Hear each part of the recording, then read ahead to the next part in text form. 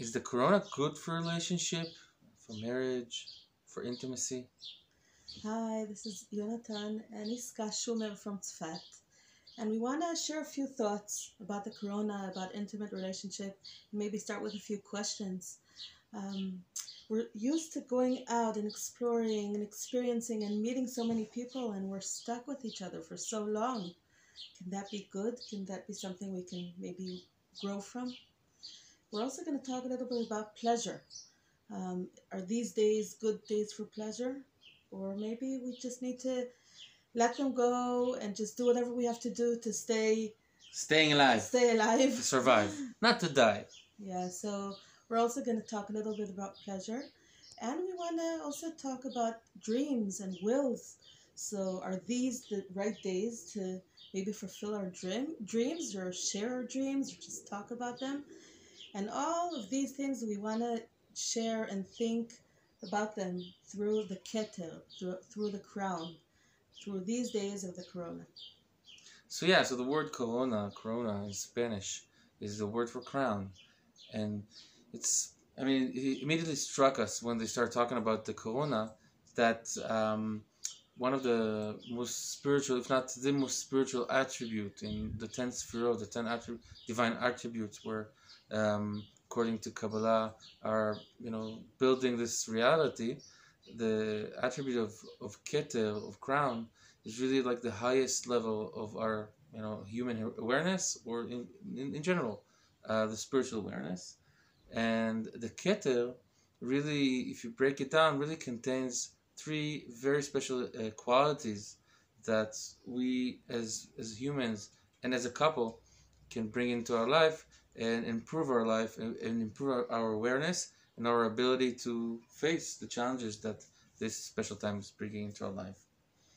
So let's start with the Kettle. So the Kettle, the crown, is built from the most spiritual attribute or quality inside of the Kettle, inside of the crown, is what's called in Aramaic, in the language of the Zohar, Reisha Deloit Yada, which maybe can be translated into the unknown source, or the source that is not really understandable, but really creates curiosity inside of us. And there is the pleasure that is also part of the Kettle, and will, and wanting, the whole movement of inner wanting, that everything we desire in the world, really the source of it comes from the Kettle. So the unknown, I feel that that's one of the things that's falling apart these days. So many things that we know and we're used to in the world in general, but now we're focusing on intimate relationships in couples. And also, I think the most dangerous thing for a couple is to feel they know each other already. What do I mean? We live together, we're married for 21 years. I guess we know a few things about each other, but the feeling that we know each other and there's nothing to learn anymore about each other, that's dangerous. That's dangerous. That's boring. That kills the relationship. And again, we're stuck with each other for so long now in the corona days, and this is an opportunity to maybe open up our eyes and try to learn something new about each other and about our relationship. How can we do that with someone we live with for so long? When we open up our eyes and we start being curious about each other, there's so much that can open up to us, and that we can do that by, first of all, just asking questions, maybe less saying sentences and just giving our opinion right away, and mamash create questions. And the second thing is maybe to share, how to say kavana, Intention. to share our intention. A lot of times we expect our partner to understand my intention or understand what I want without me even saying it. And when I share my intention, then there's something deeper that we can connect to and maybe even discover. And we also want to share maybe an exercise that you can really sit down and do with each other. An exercise that's special for these days of the corona, an exercise of discovering each other from the beginning. We did it so many times during our marriage life, and it never came out the same. We always discovered something new. So before we explain about this exercise, before we explain the little, it's kind of a little game. Yeah, It's a gamey exercise. Just want to say that what Iska said earlier about the danger for the relationship when I say that I know you. I mean, of course, when we know each other, pretty much, but the human being is a very dynamic being. I mean, it's, I think, one of the most dynamic beings in the world. There's, I think, no limit to what we can desire and want and grow and change to in one lifetime. And I think one of the things that sometimes, may threaten. I might be feel threatened or whatever when my spouse, my partner is wants to change. But wait, like when I married you 21 years ago, you were something else, and now I didn't sign up for that. Maybe I don't know. Maybe I did. Maybe I don't. I don't know if I'm gonna like it. There's a little bit of threat. There's a little bit of fear maybe from my partner being changed.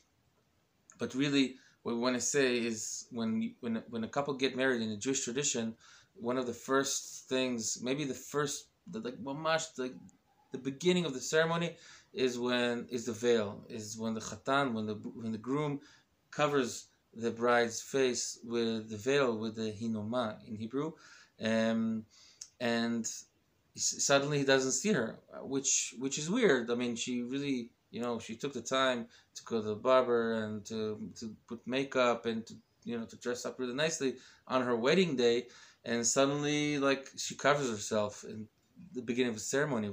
So what's the deal with that? And maybe there's like a saying for life when we start our bonding, our wedding, with by saying like, there's me today, there's the show I put up for the wedding, but there's so much more. There's so much more in me, and there's so much more in the relationship. And I don't want you to get stuck with a vision of who I am today, because I'm not going to be 20 something or 30 something, whatever, forever, whenever you guys are getting married. But I'm going to change. I'm going to change physically. I'm going to change mentally. I'm going to change emotionally. And I'm going to grow. I'm going to shift from one phase to another. But it's always going to be me. Under all those changes, the essence is going to stay the same essence. It's going to stay the same soul, the same person, just with different faces. And when we make the bond of the wedding, we really want to make it not with the external appearance, but more with the essence, with inner essence that never changes, but always is more and more revealed with different faces. So when we talk about the crown, about the ability of being in front of the unknown and not be scared or intimidated by it, but more curious and excited to reveal more, like a little child. We as grown-ups, I can tell by myself that sometimes when something is not known, I'm a little bit threatened, I'm afraid, maybe nervous. But when a child sees something new that is unknown, usually a healthy child at least, is going to be curious and excited to reveal and to discover more about that thing. So we want to rediscover the little child inside of us that is excited facing something new and unknown. So the game exercise. So it goes like this. I ask Yonatan, it's simple, okay? I ask Yonatan, who are you? And I'm going to answer the first thing that comes up in my mind. It could be something rational, it could be something else, even a metaphor or an object or whatever comes up in my mind. So, who are you? I'm a rocket. Oh, thank you. So I'll only say thank you. And then not gonna start, psychologically understand it and maybe start. Just say let it be. Let it be. And then I'll ask again, who are you? And I'm gonna say the next thing that comes up to my mind, and again, this guy's gonna say thank you, and again until I, the one who's asked, feel that it's enough for me for now. Like no more digging into me, and I'll say, it's enough. Let's switch. And I'm gonna be the one who's asking, who are you? And this guy's gonna answer the first thing that comes up to her, etc. And this is exercise until she's done. And every time you do it, and actually the second and third and the next times, the other times you're gonna do this exercise are gonna be even more powerful, because every time we do it, different layers are revealed inside of us. And after, even sometimes we're going to start with the more functional levels, like I'm going to say I'm a father, I'm a whatever, I'm a professional, and but then the more and more we ask each other, It this goes deeper. simple, yeah, there's the simple question, who are you? We're going to go deeper and deeper and deeper. So that's one of the big secrets for a good and for a good relationship, for good intimacy, is to be curious and discover each other. There's something about a good friendship that has to that we have to know things and feel comfortable and feel safe with each other. But then there's something about intimacy that needs some maybe Adventure. adventure and mystery and discovery. So we want to invite you to be intimate with each other. And another secret of intimacy, that's by our teacher, Hedi Schleifer. She says, intimacy is intimacy. A lot of times we can be so close to each other in our life, and especially when we're all in the same house for so long, we can be so close to each other and not even see each other because we look at each other exactly in the places and the way we're used to seeing each other, and just opening up new eyes and looking into each other is being intimate with each other. So the first stage of today is discovery, is being curious about each other and opening up a new path of relationship adventure. And the second one is pleasure. What does pleasure have to do with the corona? So it's a good question. Um, I think I can say for myself, rediscovering things that were really under my nose. I think one of the times that in Jewish tradition the word pleasure is mentioned is around Shabbat. Shabbat, Oneg Shabbat, the pleasure of Shabbat, is really interesting because it's not about new things to do. It's like Marcel Proust said in his book, like a Jewish philosopher from more than a century ago. He said, a really adventure is not by gaining new views or seeing new horizons, but really look at the old ones with new eyes. And this is basically what Shabbat is about. I mean, Shabbat comes, like the same amount of days, like every day of the week, but the difference is how you look at it. And for me, the Corona has really made me look into things that are really under my nose, like everyday life, my family, my wife, my kids, my everyday life, my house I live in, everything around me really got a different depth to the experience that it gives in my life. I actually brought a lot of pleasure to me, just to enjoy the little things of life, the good coffee in the morning, and all the other beautiful things that happen every day, but we don't stop to enjoy them. And pleasure is one of the qualities of the crown, of the Kettle, and it really connects us very deep and high. A lot of times we can experience pleasure as something very low, like something we eat very fast or have intimate relationships that aren't so intimate and leave us maybe, um, how to say, rekim, like empty of energy. And real pleasure is pleasure that connects us into ourselves, into our partners, connects us to our soul. So there's an invitation for the days of the corona, for the days of the keter, to experience pleasure, to try maybe new tastes, to try new things within your relationship, with listening to each other, with touching each other, with your sexual relationship.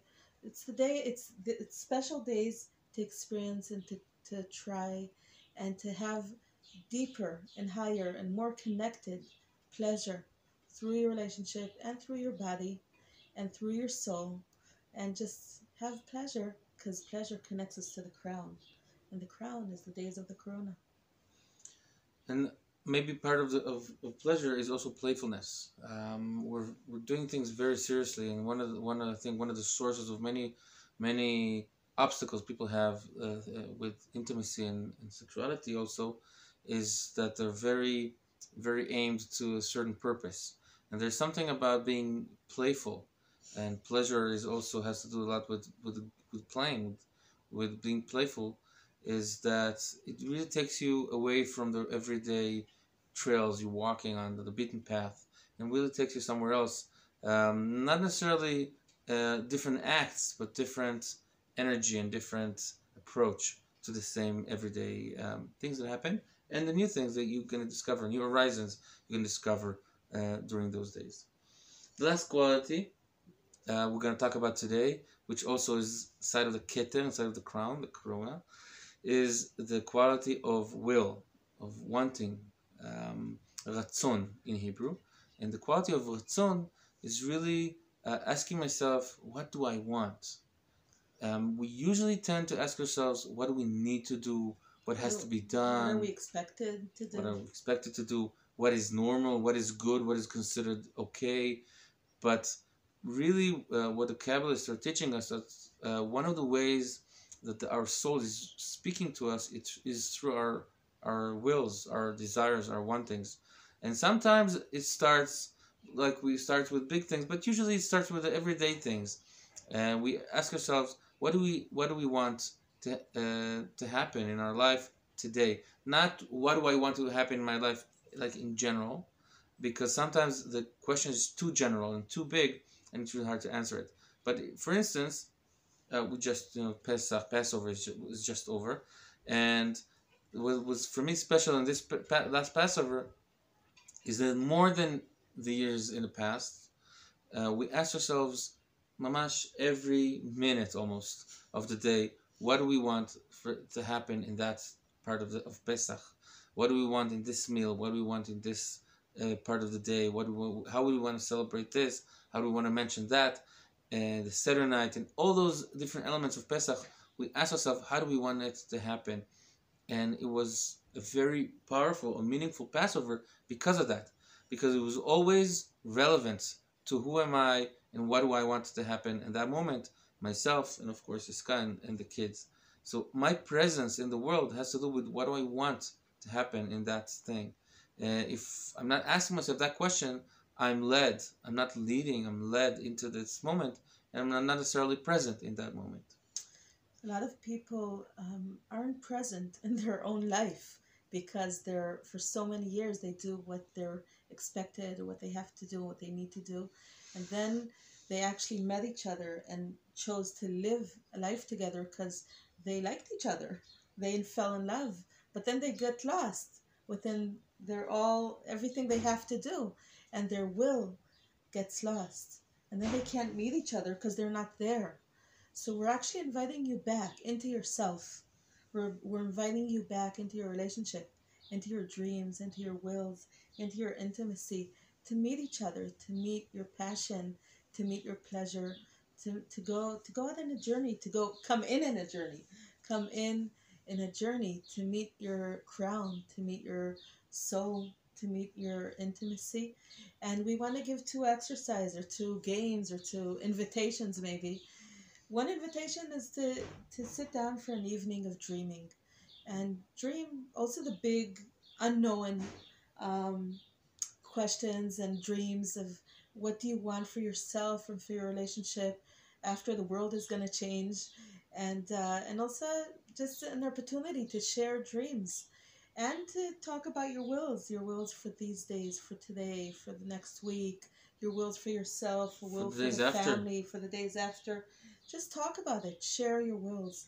But another invitation can be just mamasha a daily meeting for like a few seconds, like every evening, to just meet for like maybe even half a minute or 1 minute, not even more than a minute, and share one will and one dream, and start like the will, and start like start to awaken your will and your dream and your crown and your intimacy and your relationship, because there's an invitation. The world is stopping for us to live our life and meet.